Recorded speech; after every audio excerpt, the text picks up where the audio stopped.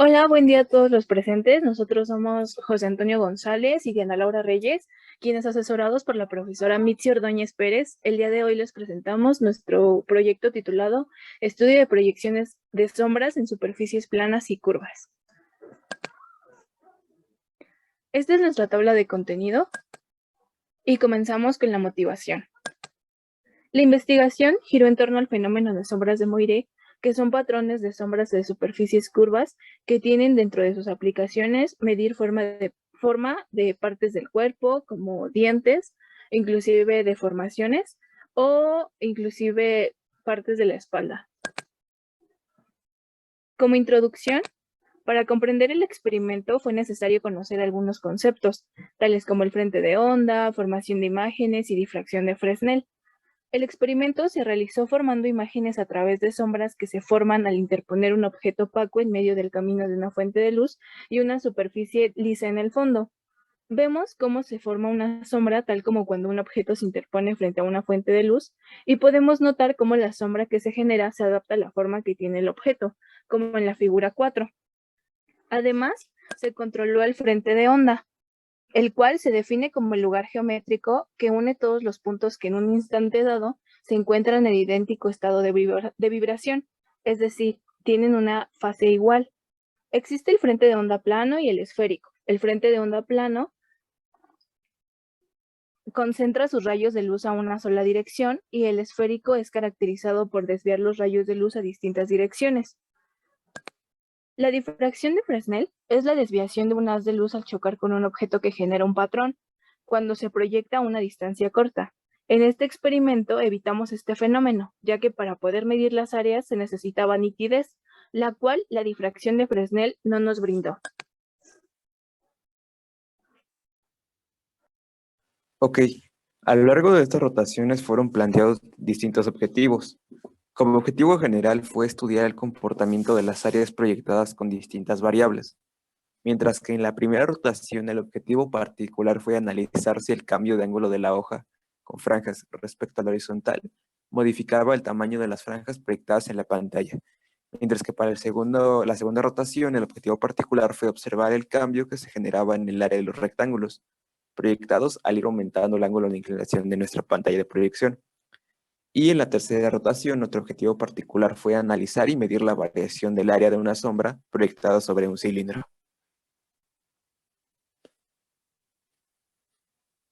Bueno, comenzamos con nuestra primera rotación. En esta primera rotación se estudió el cambio de las áreas proyectadas, tomando como variable el ángulo de posición de la rendija, como aparece en nuestra figura 6. Para los tres experimentos fue utilizado un sistema similar que consistía en una rendija de papel o de cartón con barras verticales. Estas barras verticales tenían un ancho variable, una fuente de luz para la que se utilizó un foco y una pantalla de proyección. De forma similar, se utilizó para los primeros casos un pliego de papel bond como pantalla de proyección, mientras que para el tercero se usó una cartulina blanca. Además de que para realizar las fotos se utilizó una cámara de celular.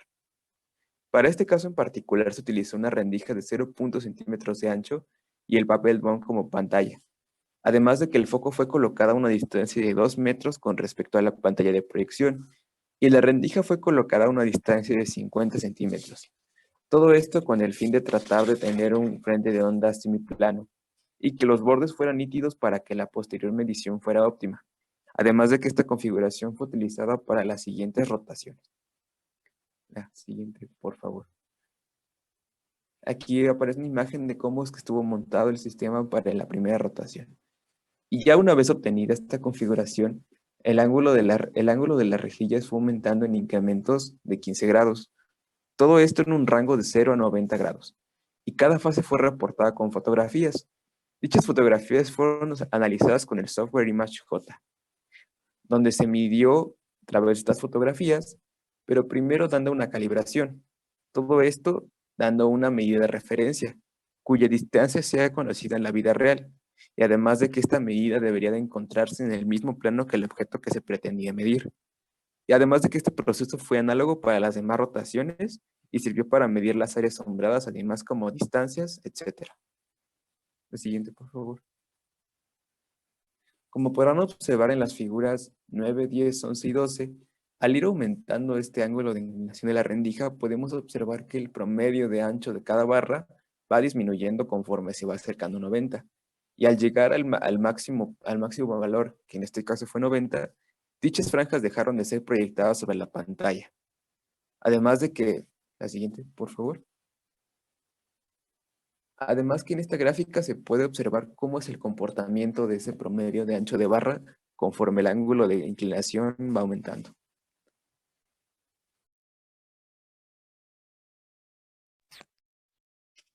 Para la segunda rotación, se estudió el cambio de área de los rectángulos proyectados cuando la pantalla de proyección cambiaba de ángulo. El sistema que se utilizó fue similar al de la rotación anterior, a diferencia que la fuente de luz está separada de la pantalla de proyección por 2 metros de distancia, y entre ellas colocamos una rejilla que cuenta con 10 rectángulos de 1 por 30 centímetros, dejando un espacio de 1 centímetro entre sí. La rejilla permaneció perpendicular a la dirección de propagación de la fuente de luz. También se colocó una cámara de celular apuntando desde un costado del papel bond, de forma que al alcanzar 90 grados con la pantalla, la cámara quede justo a la mitad. Esta posición nos beneficiaría para que las imágenes estuvieran capturadas desde un mismo punto y así poder compararlas. Se realizaron 6 mediciones, a diferentes ángulos cada una, de un rango de 15 grados a 90, con un incremento de 15 grados. En la figura 17 podemos notar cómo se marcó sobre el suelo grados desde 15 a 90 para tener de referencia y poder ir moviendo el papel bond.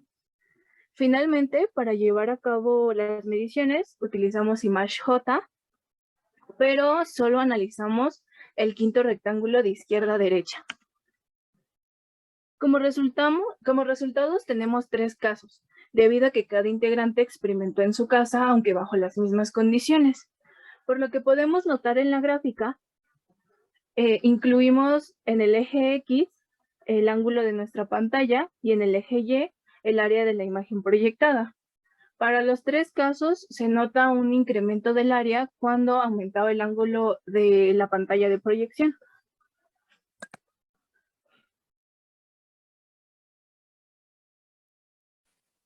Y finalmente concluimos con la tercera rotación. La siguiente, por favor. Y para esta rotación fue utilizado un sistema similar a la primera rotación.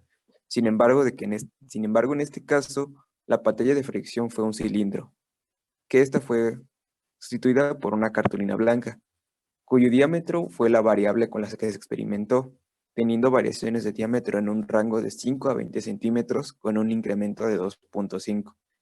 Además de que forma análoga a la segunda rotación, la cámara del celular fue colocada perpendicularmente con respecto a la pantalla de proyección y la rendija.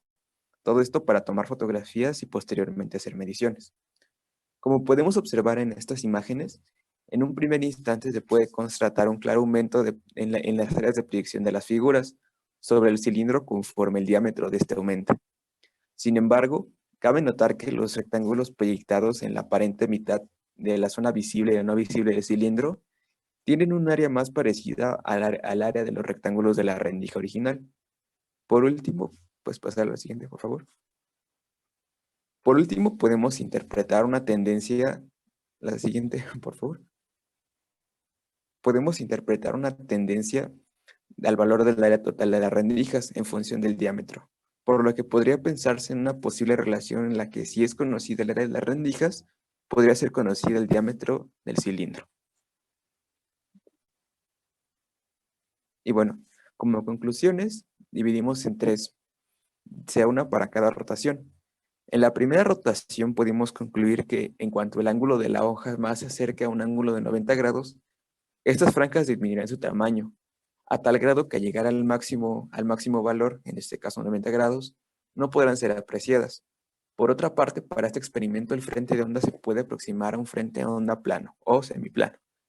Mientras que para la segunda rotación pudimos concluir que el cambio que se produce en las áreas de las figuras proyectadas al ir modificando el ángulo de la pantalla de proyección era mayor cada vez que el ángulo de la pantalla de proyección aumentaba.